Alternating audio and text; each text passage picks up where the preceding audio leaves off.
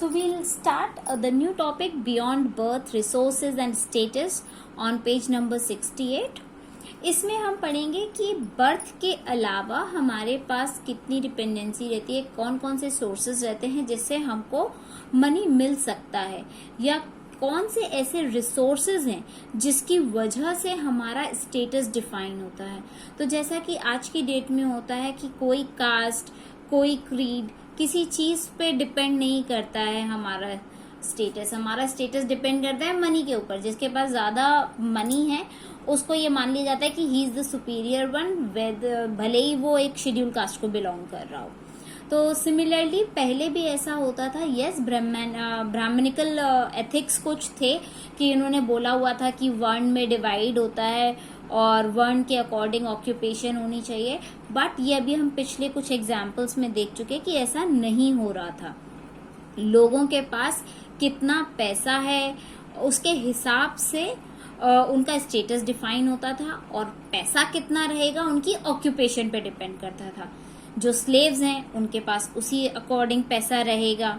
जो landless agricultural labourers हैं कि दूसरों की लैंड पे जाके एग्रीकल्चर कर रहे हैं, खुद की कोई लैंड नहीं है, तो उनके पास उसके हिसाब से पैसा रहेगा।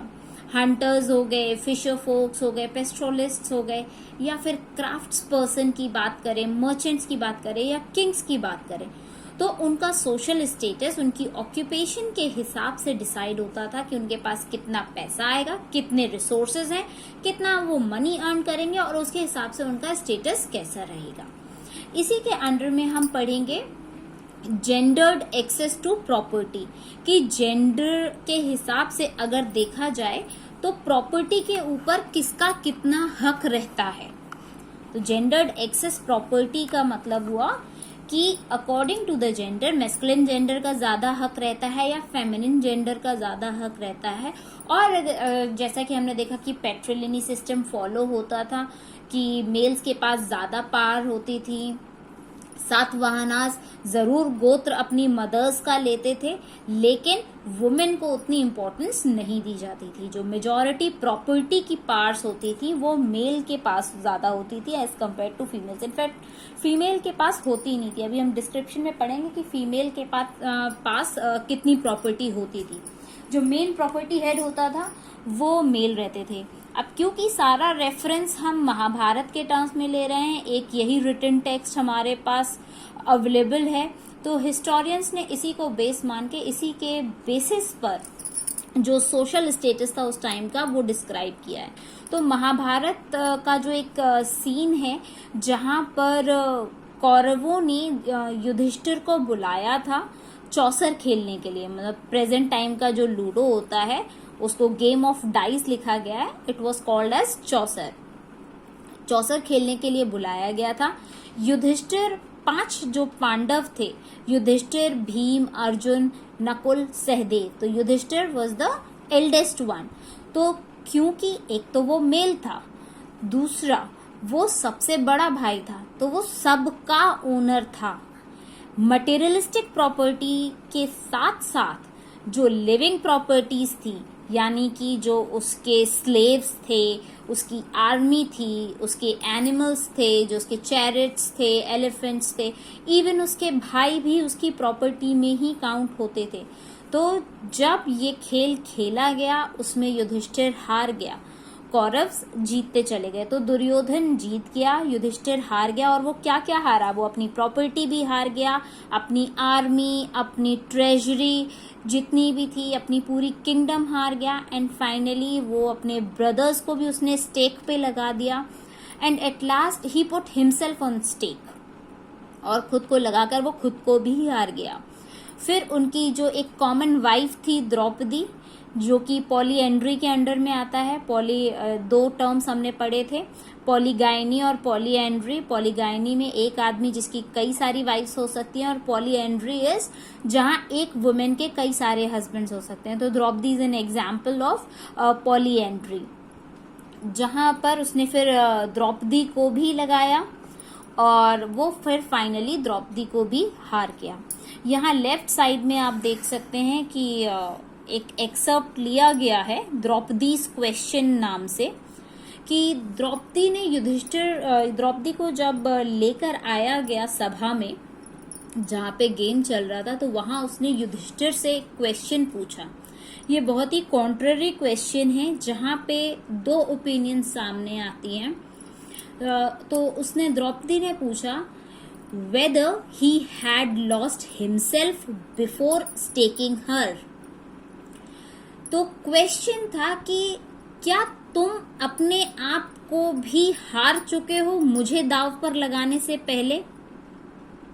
क्या तुमने अपने आप को दाव पर लगाया और तुम खुद को हार गए हो? तो इसके दो कॉन्ट्ररी रिस्पॉन्सेज आते हैं इस क्वेश्चन के। नंबर एक कि युधिष्ठिर अगर खुद को हार गया है, Yudhishthir had lost himself earlier, कि वो युधिष्ठिर अगर सबसे पहले खुद को ही हार गया है, तो भी हारने के बाद भी उसका कंट्रोल उसकी वाइफ के ऊपर है, तो वो उसको स्टेक पर लगा सकता है। नंबर टू, जो दूसरा कॉन्ट्ररी आंसर आता है, दैट इज कि एक अनफ्री मैन जैसे कि युधिष्ठिर, जब वो अपने आप को हार चुका है, वो दूसरे इंसान को कैसे दाव पर लगा सकता है? जिसकी खुद पर ओनरशिप नहीं है, वो किसी और का ओनर कैसे हो सकता है? तो this is the contradictory question जो कि द्रौपदी ने पूछा था, लेकिन मैटर अनरिजॉल्व रहा। अल्टीमेटली क्या हुआ कि जो धृतराष्ट्र थे, दुर्योधन के पिता, उन्होंने रिस्टोर कर दिया पांडव को और द्रौपदी को उनकी पर्सनल फ्रीडम, कि हाँ भाई तुम जाओ अपनी पर्सनल फ्रीडम के साथ, लेकिन जो उनको पनिशमेंट दिया गया था वो उनको फिर फर्दर पूरा करना पड़ा। तो जो इश्यूज हैं ओनरशिप को लेकर, वो ऐसी ही कई स्टोरीज के माध्यम से हमारे पास आते हैं सामने कि कैसे कैसे इनको डील किया जाता था सोशली, क्योंकि महाभारत में ऐसे कई इंसिडेंसेस दिखाते हैं जो कि किंग्स ने फॉलो किए थे, और फिर उन चीजों को जो नॉर्मल कॉमन जनता थी वो भी फॉलो करती थी। जैसे कि यही सेम केस एक देखने को मिलता है, जब द्रौपदी को लाया गया था, वहां पर दाव पर लगाया गया था, तो वहां जो कॉमन पीपल थे, even in Dwarka as well, जो कॉमन पीपल थे वो भी ये गेम खेलने लगे थे कि वो अपनी वाइफ्स को स्टेक पे लगाने लग गए थे। और ये सारी चीजें हमें धर्मसूत्र और धर्मशास्त्र में देखने को मिलती हैं। महाभारत की ही तरह एक और हमारा जो एपिक है मनुस्मृति, मनुस्मृति में ये चीजें और भी ज्यादा क्लियरली मेंशन है कि किसकी प्रॉपर्टी कैसे होनी चाहिए। जो पैटर्नल स्टेट होता है, मतलब जो पिता की संपत्ति होती है, वो बेटों में इक्वली डिवाइड होनी चाहिए, उस पे बेटी का कोई हक नहीं होता है। तो जब पिता की डेथ हो जाएगी, जो पेरेंट है उसकी डेथ हो जाएगी, तो इक्वली सब बेटों में बांट दिया जाएगा उसकी प्रॉपर्टी को, लेकिन जो स्पेशल शेयर होगा वो एल्डेस्ट को दिया जाएगा। जैसा कि हमने युधिष्ठिर के केस में भी अभी पढ़ा कि यस, सारे भाई बराबर थे, सभी खेल रहे थे, लेकिन बाकी के भाइयों के ऊपर भी युधिष्ठिर का हक था, तभी वो उनको स्टेक पर लगा पाया। तो मनुस्मृति में भी ये चीज मेंशन्ड है कि यस, प्रॉपर्टी सब में बराबर बटेगी, लेकिन जो एल्डेस्ट सन होगा उसको कुछ स्पेशल शेयर दिया जाएगा। वुमेन जो भी होगी उसको रिसोर्सेस के ऊपर, प्रॉपर्टी के ऊपर कोई भी मतलब शेयर नहीं मिलेगा। तो अब क्या वुमेन सारी जिंदगी बिना प्रॉपर्टी के रहेगी? तो ऐसा नहीं होता था। वुमेन के पास भी अपना कुछ एक धन, कुछ मनी होता था। तो वो धन कहाँ से आता था, कहाँ रहेगा वो धन? तो उसका जो धन होता था, जिसको स्त्री धन नाम दिया जाता था, दैट वाज द मनी जो कि शादी के समय उसको गिफ्ट के तौर पर उसके पिता से मिलता है। मतलब जो गिफ्ट्स होंगे वो स्त्री धन है, she can keep it with her self, ये वाला रूल था। तो जब उसकी शादी हुई, उसको गिफ्ट्स मिले शादी के टाइम पे, तो वो उसका स्त्री धन हो गया, वुमेन वेल्थ। उस पे जो मेल होंगे उनकी कोई भी ओनरशिप नहीं रहेगी। या फिर जो उसका वो जो स्त्री धन होगा, उसके मरने के बाद या वो अपनी विल के अकॉर्डिंग अपने बच्चों को दे सकती है। उसके पति का उस धन पर कोई अधिकार नहीं है, उसका हस्बैंड उस पर क्लेम नहीं कर सकता है, लेकिन उसके बाद उसके बच्चों को वो प्रॉपर्टी, वो स्त्री धन मिल जाएगा। At the same time Manusmriti में एक चीज की वार्निंग और लिखी हुई है कि वुमेन कभी भी फैमिली की प्रॉपर्टी को चोरी करके या छुपा कर अपने पास नहीं रख सकती। इवन जो वैल्यूएबल चीजें हैं वो भी छुपा कर अपने पास बक्सों में या कहीं भी सीक्रेट जगह पर नहीं रख सकती बिना हस्बैंड की परमिशन के। बट यस, वाइफ्स डू, अभी भी करती हैं। तो लेकिन पहले ये अलाउड नहीं था, मतलब लेडीज के पास जितना भी प्रॉपर्टी होगा वो हस्बैंड की नॉलेज में होगा, भले ही वो स्त्री धन क्यों ना हो, लेकिन स्त्री धन पे बस वो क्लेम नहीं कर सकते। अब आपने एक वेल्दी वुमेन के बारे में ऑलरेडी हमने पढ़ा था लास्ट चैप्टर में, प्रभावती गुप्ता। प्रभावती गुप्ता क्योंकि एक क्वीन थी, वाकटा का क्वीन थी, जिनकी शादी हुई थी, और जैसा कि अभी हम पढ़ रहे हैं कि वुमेन के पास पावर नहीं होती, प्रॉपर्टी नहीं होती, लेकिन Prabhavati Gupta was the queen जिनके पास प्रॉपर्टी थी। उनको उनके फादर के एंड से भी प्रॉपर्टी मिली थी। सो एक्सेप्शंस आर ऑलवेज देयर। तो Prabhavati Gupta was one of them.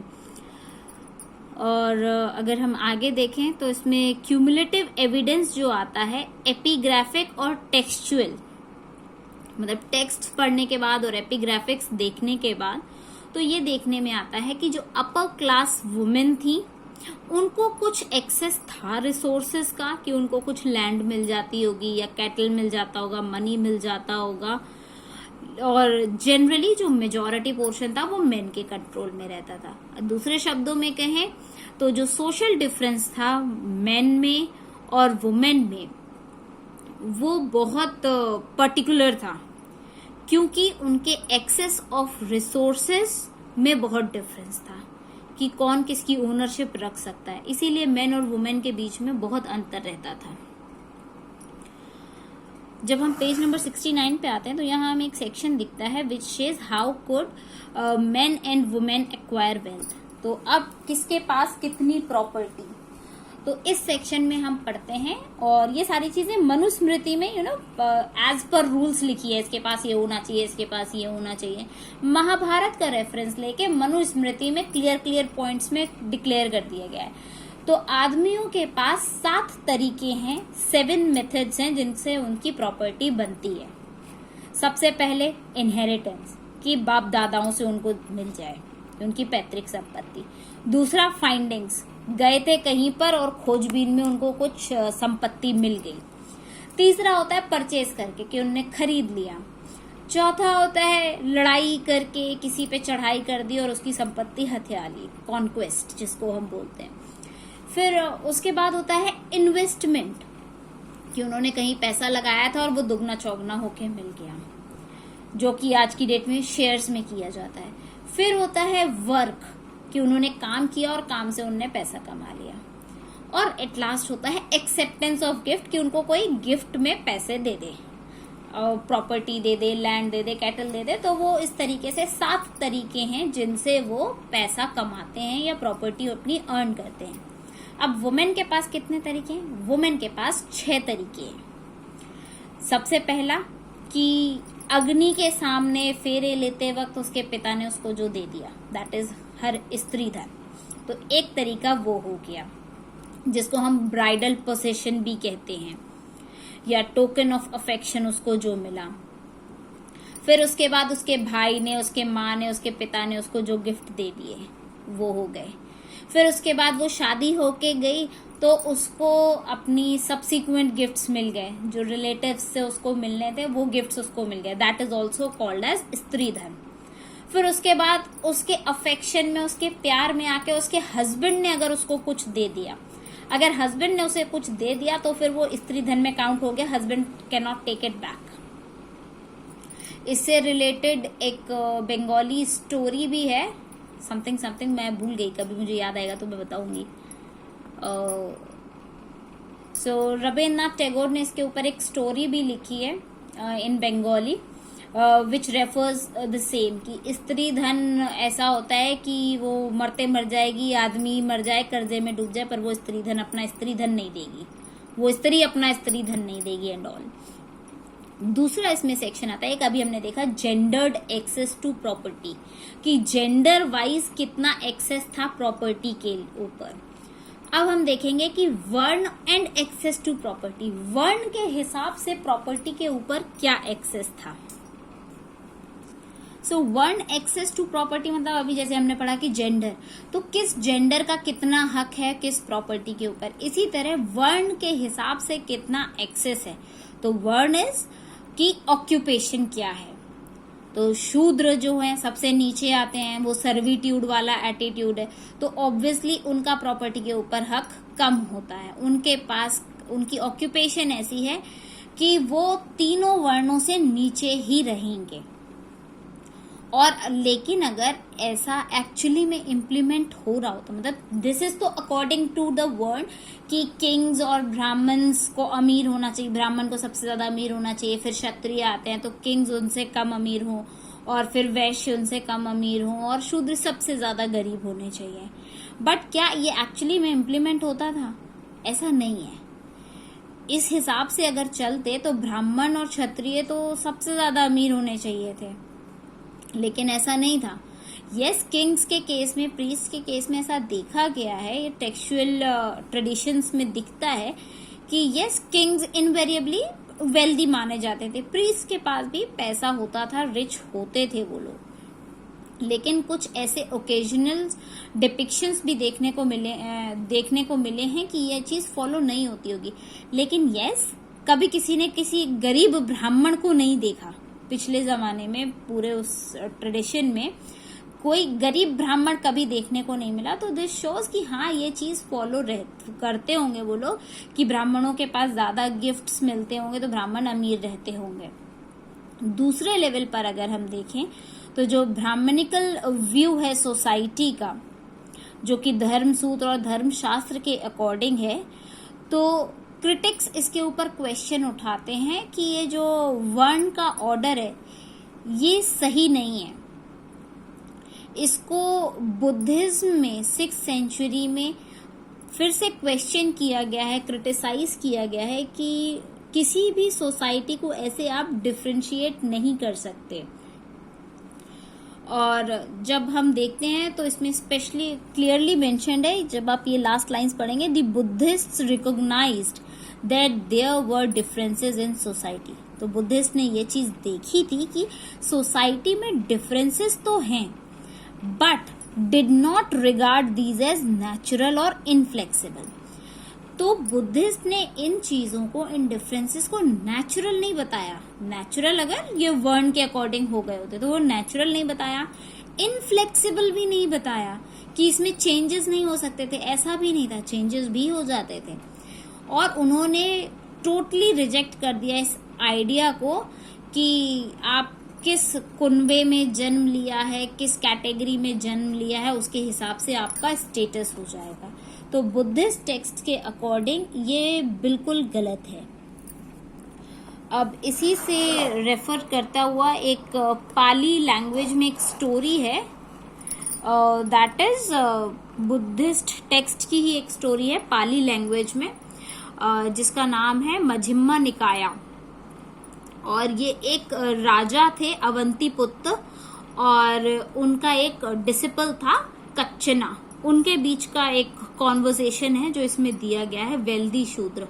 तो एक दिन राजा बैठे हुए थे और राजा ने पूछा कि ये जो बुद्धिस्ट का एटीट्यूड है वर्ण को लेकर वो कितना सही है। तो अवंतीपुत्र ने कच्चना से पूछा कि ये बताओ, ये जो ब्राह्मण लोग डिसाइड करते हैं कि ये कास्ट के अकॉर्डिंग ऐसा होना चाहिए, दूसरे कास्ट लो हैं, ये वाली कास्ट अमीर होना चाहिए, ब्राह्मण्स फेयर हैं और बहुत अच्छे हैं, प्योर हैं, बाकी की कास्ट डार्क में आ जाती हैं, तो ब्राह्मण्स ही क्या सिर्फ प्योर हैं, नॉन ब्राह्मण्स प्योर नहीं हो सकते? या ब्राह्मण के जो ब्राह्मण बोलते हैं कि ब्राह्मण का जन्म जो हुआ है वो ब्रह्मा के बेटे हैं और वो उनके मुंह से जन्म लिया हुआ है, तो ये कहाँ तक सही है? तो कच्चना ने बोला, एक बात बताइए सर, अगर शूद्र के पास पैसा हो जाए, एक शूद्र अगर अमीर हो जाता है, तो क्या वो किसी दूसरे शूद्र या क्षत्रिय या ब्राह्मण या वैश्य क्या उससे आराम से बात करेंगे, पोलाइटली बात करेंगे? तो अवंतीपुत्र जो किंग थे उन्होंने बोला कि हाँ करेंगे, क्योंकि उसके पास पैसा है। अगर उसके पास गोल्ड रहेगा, सिल्वर रहेगा, तो ऐसा भी हो सकता है कि वो अपने लिए किसी दूसरे शूद्र को नौकर रख ले, या ये भी पॉसिबिलिटी है कि किसी क्षत्रिय या ब्राह्मण या वैश्य को अपने यहाँ नौकर की तरह रख ले। तो कच्छना ने बोला जब वो पैसा आने पर किसी को भी अपने यहाँ नौकर रख सकता है, तो फिर सारे वर्ण अलग अलग कैसे हो गए? फिर तो सारे के सारे सेम हुए ना। तो अवंतीपुत्र को उसकी बात समझ में आई। उसने फिर इस चीज को बोला कि हाँ, ये वर्ण के अकॉर्डिंग जो पोजीशन की बात हो रही है, मनी की बात हो रही है, दिस इज नॉट राइट। कि वर्ण के अकॉर्डिंग आप किसी को डिस्टिंग्विश नहीं कर सकते कि ये राजा को बिलोंग करता है, ये राजा मतलब क्षत्रिय वर्ण का है तो इसके पास इतना पैसा होना चाहिए, ब्राह्मण है तो बहुत अमीर होना चाहिए, या शूद्र है तो एकदम गरीब होना चाहिए। तो वर्ण के हिसाब से पैसे का categorization is not right. But ऐसा होता था, ये बुद्धिस्ट मानते थे कि ऐसा नहीं फॉलो किया जाता। इसके बारे में कोई रिटन टेक्स्ट नहीं है, बस जो बुद्धिस्ट ने लिखा है उसी की एक एक्सर्प्ट में से ये एक स्टोरी निकली है जो हमने अभी पढ़ी, अवंतीपुत्र और कच्छना वाली। So next section will take in another video.